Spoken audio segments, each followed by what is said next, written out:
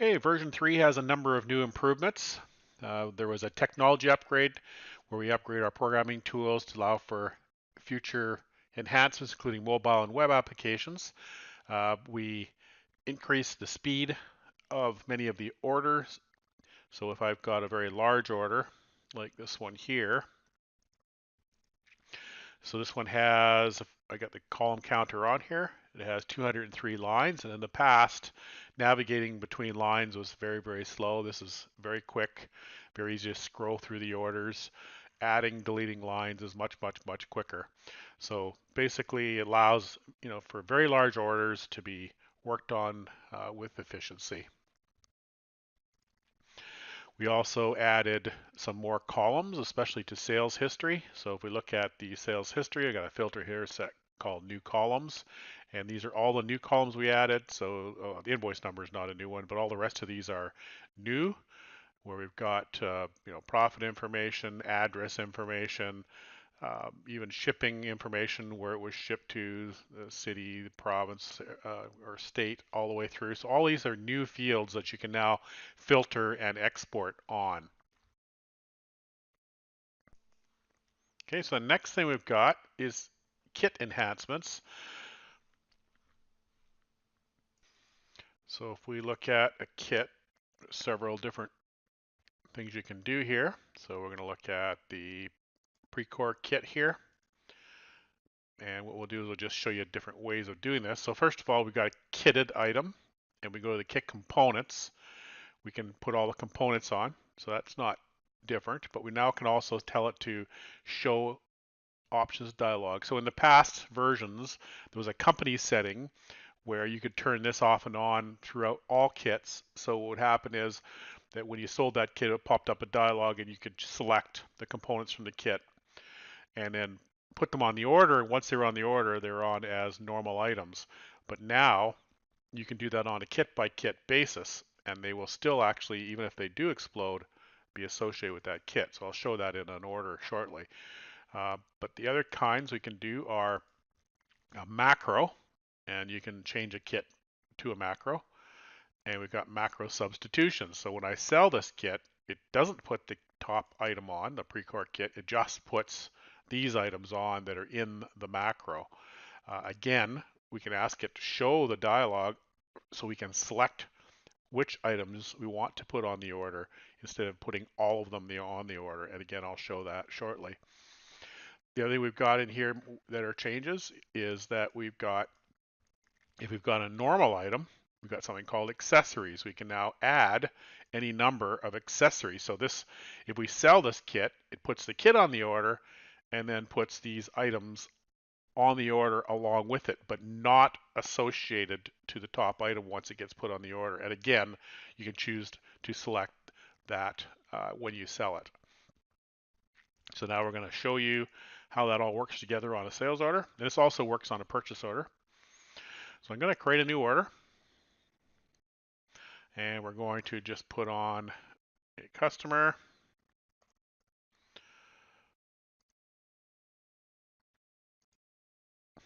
And we're going to put a kit on the order. So we're going to start with just putting a regular kit. And that's going to be, I've got a shortcut of just a number 4 on it. And there's a kit.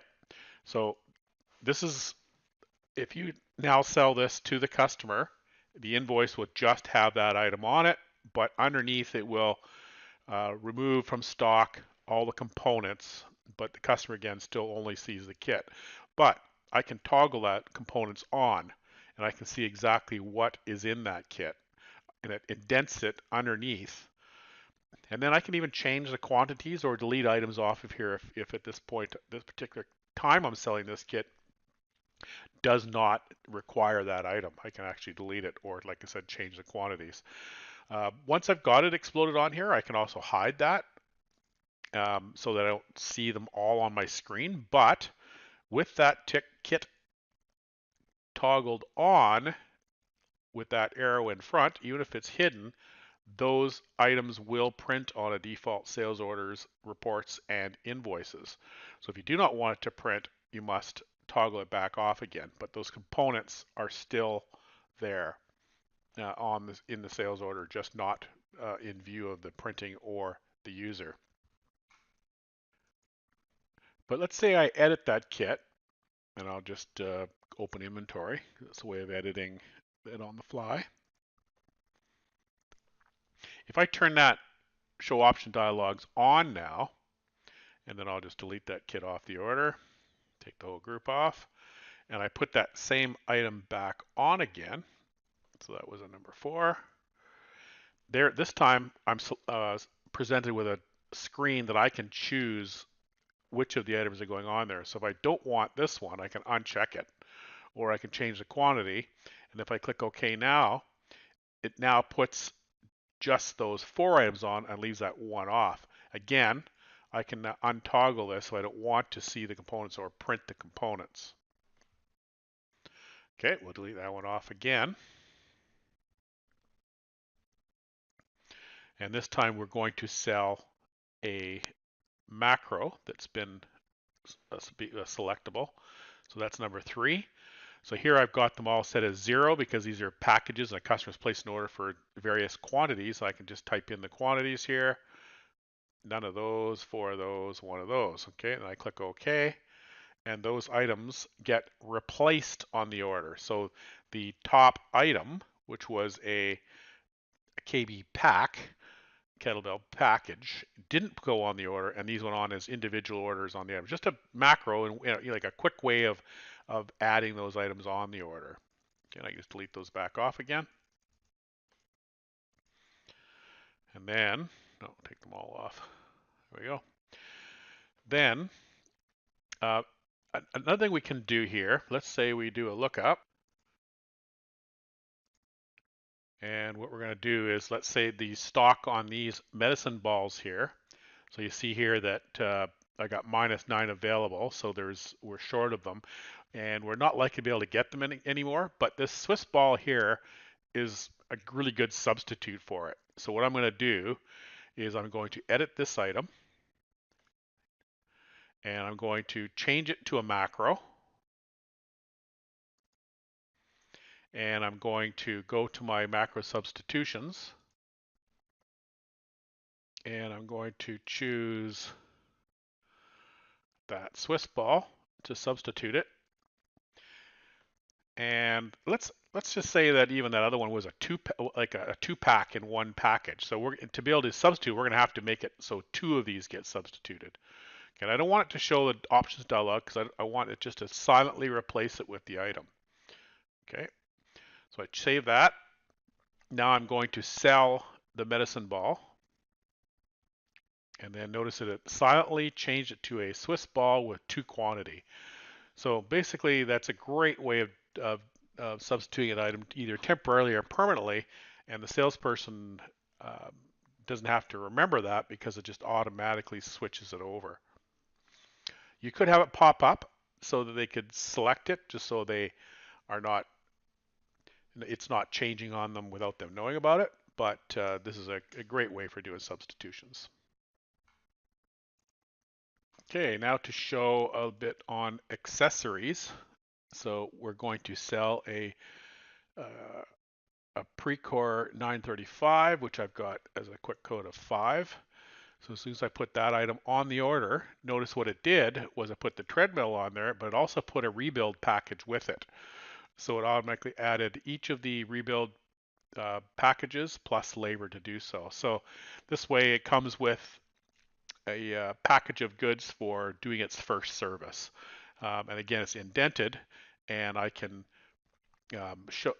click on here to not show it. But in this case, we cannot toggle it, or we can toggle it off so it doesn't show as well.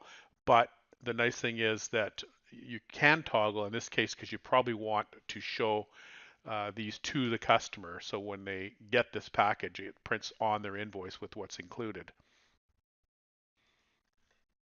And note too that because this is a kit, the sell price shows up on the top kit, the top item, and there's no selling price on the components of it, but of course the costs come out of inventory with all the correct costs for each component. Now, further benefit of having all the kit components being available on the order is that each of those items can have a lot number or a serial number assigned to them as well. Now, if there are lot number and serial number that need to be selected, they will always present themselves in the toggled position first, and then you can actually select the serial number and then untoggle it so that it does not show on the printed forms. Okay, so the next thing we're going to show you is the ability to have different costs per serial number or per lot number. So I'm going to sell a Precore 323, which is a quick code of 6, or UPC of 6. So notice that I've got, this item is a serialized, and I'm going to now select, oops, let's discount. I'm going to now select, I've got the quote, let's go to sales order. I'm going to select the item to ship, and you'll see that each of these serial numbers have their own costs on them.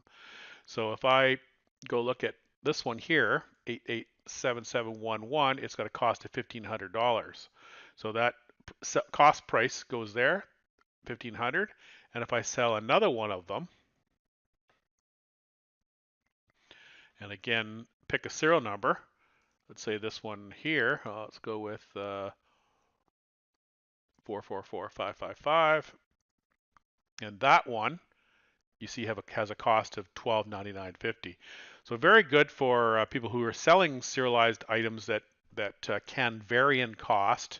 You know, if they have, especially if they have options and things on them, like a computer with a different size hard drive or different memory, but they're still the same item in stock. It's just that each of them has a varying cost on them, and that cost will post through to sales history, and it will post through to the general ledger as well. Okay, the next improvement was in purchase orders.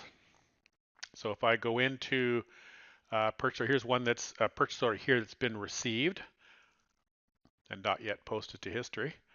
So here we have 5 Precore 323s that we ordered. We received 5 of them, but we may not necessarily have received them all on the same day. So we now have a purchase receipts tab that shows you each day that it was received. So on the 4th, we received 1 of them.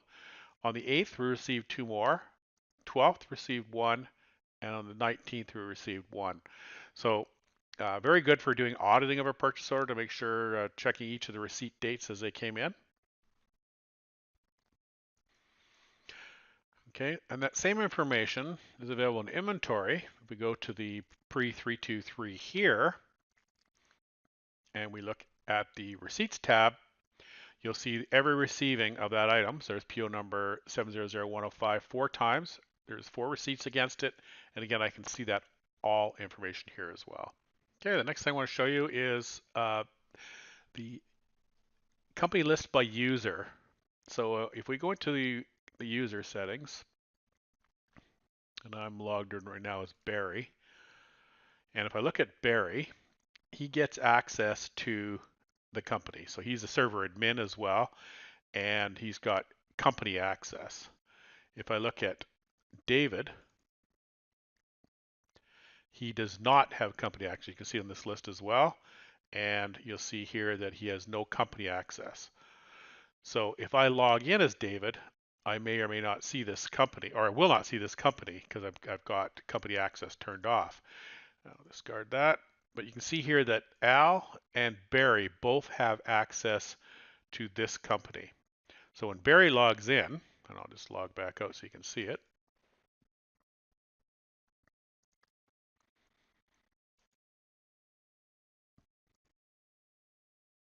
So I've got Inspire Retail and Wholesale.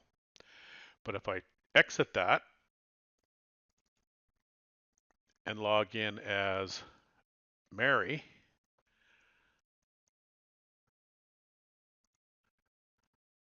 I see one company, just the wholesale company. So now you can actually limit each of the companies that the user gets access to, and then not only you don't have a password to it, or they don't have a login for that company, they don't even see it on the list. Okay, so the calendar module is an enhancement of our previous communication module. So you've worked with our communication module in the past, and you've seen all the notes that you can add on, and then the fact that it shows up as a list for you when you log into the program, and you can set uh, dates on them for due dates when they show up and such. But we've enhanced that quite a bit. So for a few places we added to be able to add communications or calendar events. So if we go to say a sales order and we want to add a calendar event or a communication for this sales order, we now have a new button that says add to calendar. Now that's just a shortcut to going to communications and hitting the plus button, but it makes it much easier. So we just hit the add to calendar button. What it does when you do it from there is it puts your name on it automatically, today's date on it, and then no time. So basically if you want to set this for 9 a.m., you just put the time on it and add a note to it, follow up.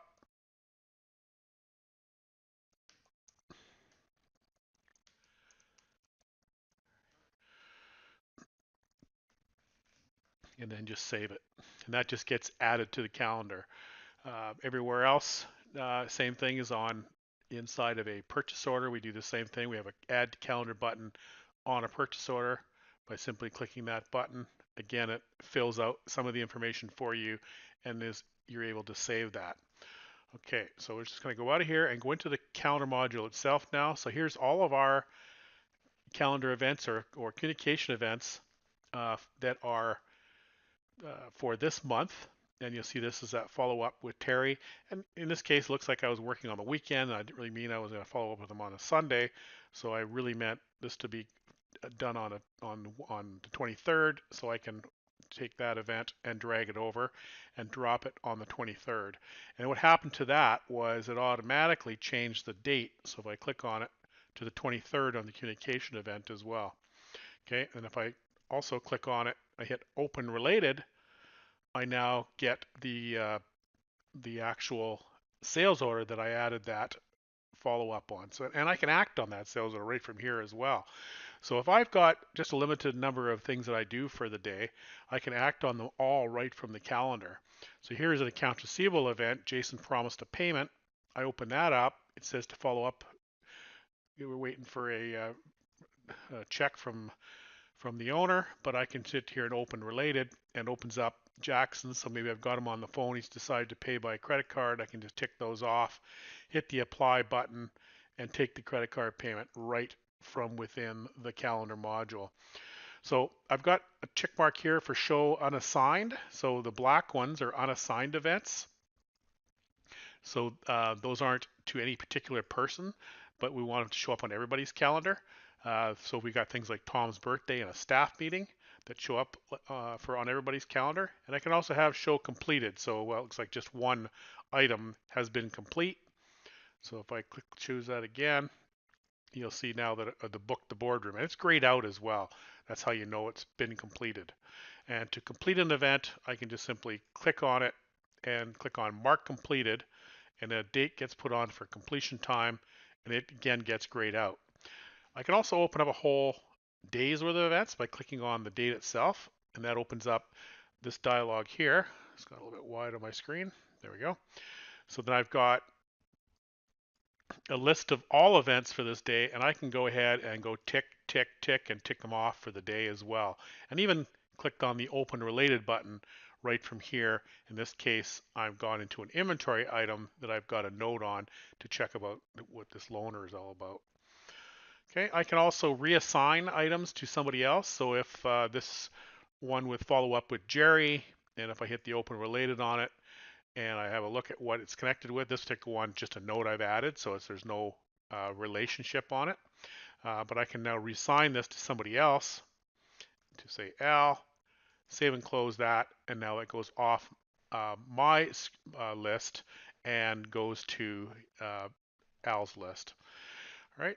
So this is all the admin you can do here. You can look at different months. You can go forward and back, and just makes it very very easy to basically take tasks and have them show up in the calendar based on anything within the program. So anywhere you can have a communication, goes onto the calendar.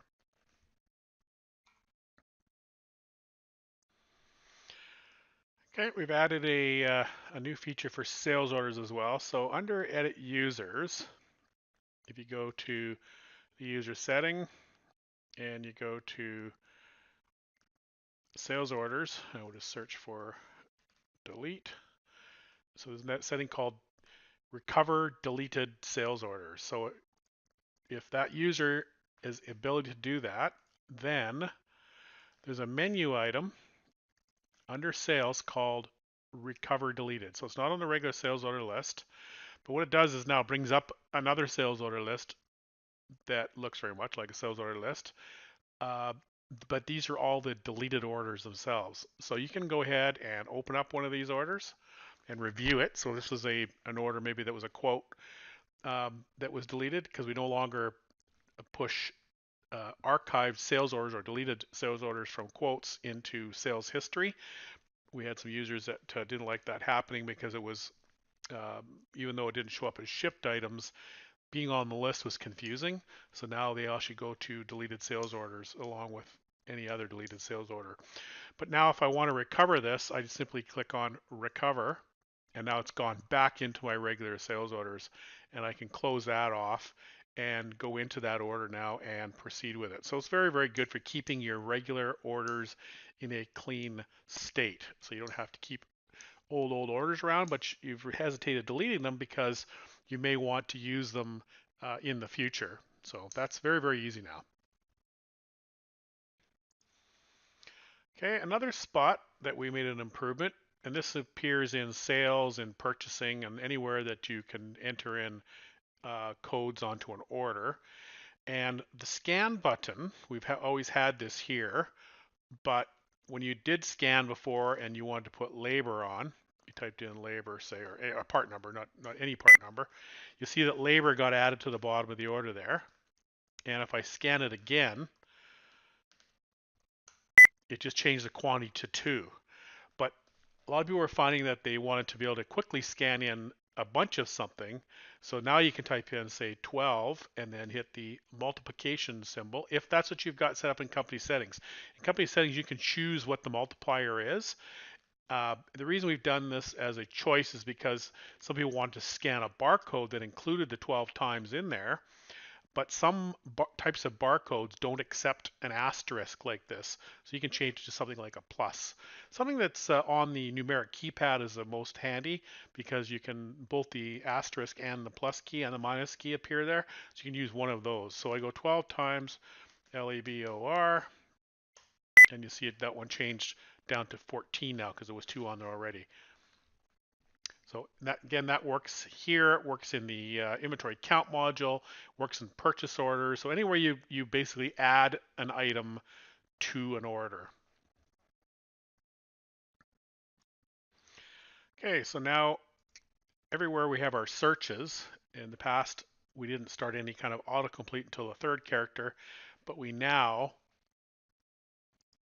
will allow you to type or search right from the 1st character.